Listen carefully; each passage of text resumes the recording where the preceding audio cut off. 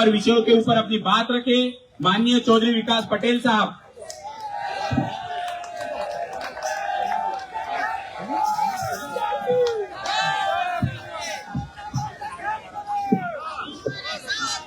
धन्यवाद संचालक जी।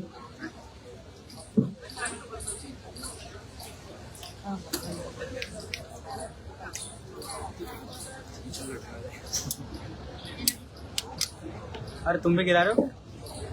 भारतीय विद्यार्थी मोर्चा के द्वारा शिक्षा विरोधी नीति, बेरोजगारी एवं निजीकरण के विरोध में आज जंतर मंतर नई दिल्ली में अन्याय और अत्याचार के खिलाफ जो प्रदर्शन किया जा रहा है, इसमें आप लोग देश के कोने कोने से आए हुए हैं। तो देश के कोने कोने से आए सभी साथियों का हम हार्दिक स्वागत और अभिनंदन करते हैं। आज इस आंदोलन का नेतृत्व कर रहे आदरणीय वामन मेश्राम साहब भी हम लोगों के बीच में उपस्थित हो चुके। साथियों, आज देश में ऐसी कौन सी स्थिति आ गई कि आज छात्रों और नौजवानों को सड़कों पर उतरना पड़ रहा है। अभी जब मैं आया तो कुछ पत्रकार साथियों ने मुझसे पूछा, कहा छात्रों का काम तो पढ़ना है और आप लोग उनको सड़कों पर उतार रहे हैं। अगर छात्र आंदोलन करेगा तो उसकी पढ़ाई लिखाई का क्या होगा? तो हमने कहा पढ़ाई लिखाई पर ही संकट आ गया है, इसलिए तो छात्रों को सड़कों पर उतरना पड़ रहा है। इसलिए हम लोग नारा देते हैं कि लड़ो पढ़ाई करने को, पढ़ो समाज बदलने को। क्योंकि आज हमारे सामने चुनौती है कि आज हमारा पढ़ाई संकट में है, आज लिखाई संकट में है, और अगर पढ़ाई लिखाई के लिए हम लोग नहीं लड़ेंगे तो हमारी पढ़ाई लिखाई छीनने की तैयारी चल रही है। और हम पढ़ना लिखना इसलिए चाहते हैं, केवल नौकरी के लिए नहीं पढ़ना चाहते, बल्कि इस देश को, इस समाज को बदलने के लिए पढ़ना चाहते हैं। तो पढ़ने के लिए भी लड़ना है और पढ़ने के बाद इस समाज और देश को बदलने के लिए भी लड़ाई करना है। इसके लिए विद्यार्थी युवा तैयारी कर रहे हैं।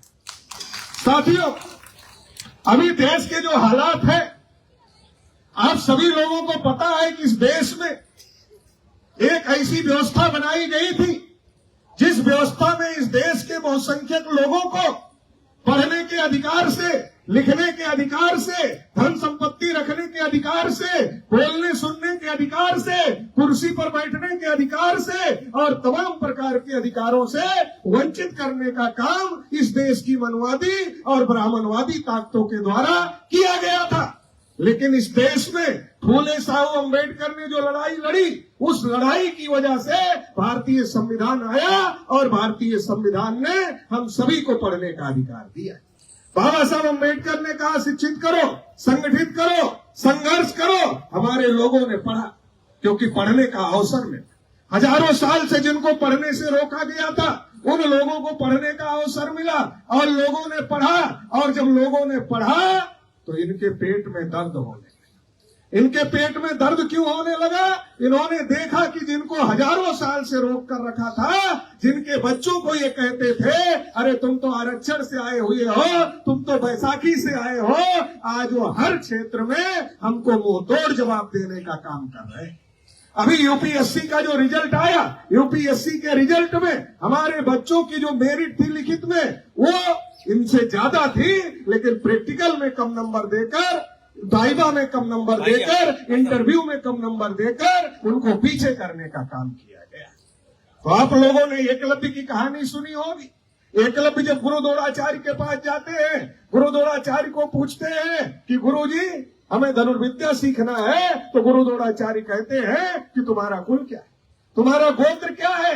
और जैसे एकलव्य अपना कुल गोत्र बताते हैं, द्रोणाचार्य कहते हैं तुम्हारे लिए धनुर्विद्या नहीं है। और जब एकलव्य स्वतः अभ्यास करते हैं, स्वतः प्रयास करते हैं और दुनिया के सबसे बड़े धनुर्धर बन जाते हैं, तो द्रोणाचार्य उनके पास जाते हैं और कहते हैं गुरु माना तो गुरु दक्षिणा नहीं दिया, और एकलव्य को अंगूठा कटवा लेते हैं। मुझे नहीं पता कि द्रोणाचार्य शाकाहारी थे कि मांसाहारी थे, लेकिन अंगूठे से अगर वो मांसाहारी भी होते अगर वो मांसाहारी भी होते तो अंगूठे में इतना मांस नहीं होता है कि उससे उनका पेट भर जाता।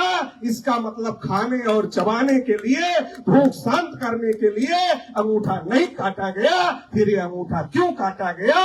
अंगूठा इसलिए काटा गया कि इस देश में मूल निवासी बहुजन समाज में एक एकलव्य पैदा हुआ है। ये हजारों लाखों एकलव्य पैदा करेगा, और ये हजारों लाखों एकलव्य अगर पैदा हो जाएंगे तो ये इस देश में हमारी गुलामी को बर्दाश्त नहीं करेंगे और गुलामी की बेड़ियों को तोड़ देंगे। आज जब देश में चाहे विधायिका हो, चाहे कार्यपालिका हो, चाहे न्यायपालिका हो, चाहे मीडिया हो, जब हर क्षेत्र में इन लोगों ने 3.5% के लोगों ने कब्जा किया हुआ है, लेकिन हमारे छात्र नौजवान पढ़ाई में हर जगह टक्कर देने का काम कर रहे हैं, इनकी चूल्हे अंदर से हिल गई।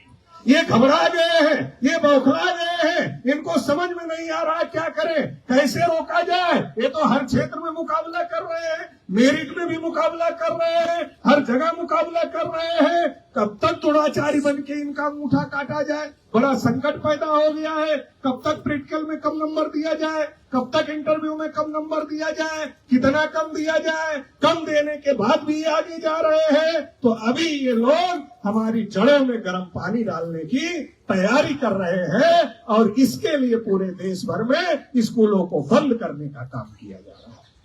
सरकारी स्कूलों में कौन लोग पढ़ते? सरकारी स्कूलों में किसके बच्चे पढ़ते? सरकारी स्कूलों में हमारे मूल निवासी बहुजन समाज के बच्चे पढ़ते हैं, और इसलिए सरकारी स्कूलों को बंद किया जा रहा है। और शिक्षा के निजीकरण को, शिक्षा के बाजारीकरण को बढ़ावा दिया जा रहा है, शिक्षा को व्यवसाय बनाया जा रहा है। सरकारी स्कूल कम होते जा रहे हैं, प्राइवेट स्कूल बढ़ते जा रहे हैं, प्राइवेट कॉलेज बढ़ते जा रहे हैं, प्राइवेट यूनिवर्सिटियां बढ़ती जा रही है, डिग्रियां बांटी जा रही। रोजगार का कहीं अता पता नहीं है। नौजवान डिग्री लेता है, डिग्री लेकर घूमता है, फिर प्रदर्शन करता है, फिर यही सरकार चलाने वाले लोग उनके ऊपर लाठी चलाने का काम करते। अभी यहाँ भी कुछ पुलिस वाले अनाउंस कर रहे थे, कह रहे थे कि यहाँ से निकल जाओ, अच्छा नहीं होगा। अरे अच्छा तो तुम्हारे लिए नहीं होगा। हवा को कोई रोक नहीं सकता, पानी को कोई रोक नहीं सकता, और नौजवानों के वेग को कोई दुनिया की ताकत नहीं रोक पाई है। ये जो सरकार है ये भी रोक नहीं सकती है। ये नौजवान अगर खड़ा होगा इस देश में, तो इस देश में परिवर्तन को कोई रोक नहीं सकता। साथियों, ये जो कर रहे हैं इसको हम लोगों को समझने की जरूरत है कि आज हमको ये प्राइमरी एजुकेशन से तो वंचित करना चाहते हैं, और हायर एजुकेशन और प्रोफेशनल एजुकेशन महंगी करके उससे भी हम लोगों को वंचित करना चाहते हैं, और तमाम प्रकार से नौजवानों का शोषण करते हैं। कभी पेपर लीक के नाम पर, कभी भर्तियां निकालकर भर्तियां ना करके, ऐसे तमाम प्रकार से पूरे देश में नौजवानों का शोषण हो रहा है। क्योंकि ये जो सरकार है और जो सरकार का मुखिया है, इसकी तो खुद की डिग्री का पता नहीं। जिसकी खुद की डिग्री का पता नहीं है, उसको डिग्री कितनी मेहनत से मिलती है ये कैसे पता होगा? उसको खुद डिग्री, और उसके कुछ दोस्त हैं पूंजीपति, वो पूंजीपतियों की स्कीम पर काम कर रहा है, उसकी कोई स्कीम नहीं, क्योंकि उसको तो पता ही नहीं डिग्री की क्या कीमत है।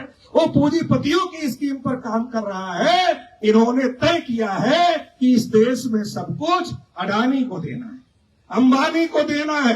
इस देश में कुछ सरकारी नहीं रहने देना है। पढ़ो लिखो, डिग्री लो, और जब नौकरी नहीं मिलेगी अपने आप ही नौजवान हतोत्साहित हो जाएगा। फिर परिवार वाले कहना शुरू करते, क्या कहना शुरू करते?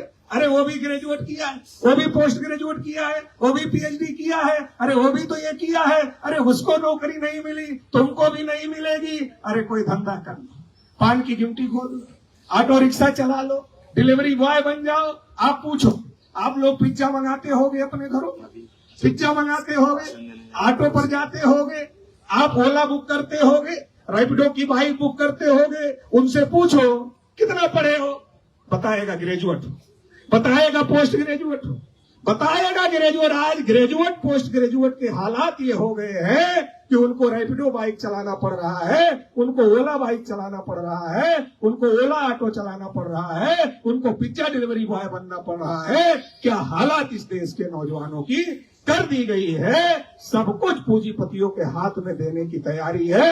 रोजगार खत्म करने का, आरक्षण खत्म करने का, एजुकेशन खत्म करने का बड़ा षड्यंत्र इस देश में चल रहा है। इसलिए ये लड़ाई केवल विद्यार्थियों नौजवानों की लड़ाई नहीं है, बल्कि इस देश के सभी लोगों की, जो चाहते हैं इस देश में शिक्षा सबको मिलनी चाहिए, रोजगार सबको मिलना चाहिए, सबका प्रतिनिधित्व होना चाहिए, सबका विकास होना चाहिए, उन सभी लोगों की ये लड़ाई है। इसलिए राष्ट्रीय पिछड़ा वर्ग मोर्चा की तरफ से इस लड़ाई को समर्थन देने के लिए मैं यहाँ आज आप लोगों के बीच में आया हुआ हूँ और खुले तौर पर नरेंद्र मोदी को ये अल्टीमेटम देना चाहता हूँ। अभी तो ये लड़ाई है, आगे और लड़ाई है। अगर अभी तुम्हारे कान तक आवाज नहीं जाएगी तो आने वाले समय में संसद पर आने का काम हम लोग करेंगे। तो इसलिए ये मत समझो कि अभी खत्म हो जाएगा मामला, ये लड़ाई आगे बढ़ाई जाएगी और इसके लिए हम लोग आने वाले समय में और ज्यादा मजबूती के साथ में इस लड़ाई को आगे बढ़ाने के लिए काम करेंगे। इस मौके पर इतना ही कहते हुए आप सभी लोगों ने मुझे सुना, इसके लिए आभार, धन्यवाद।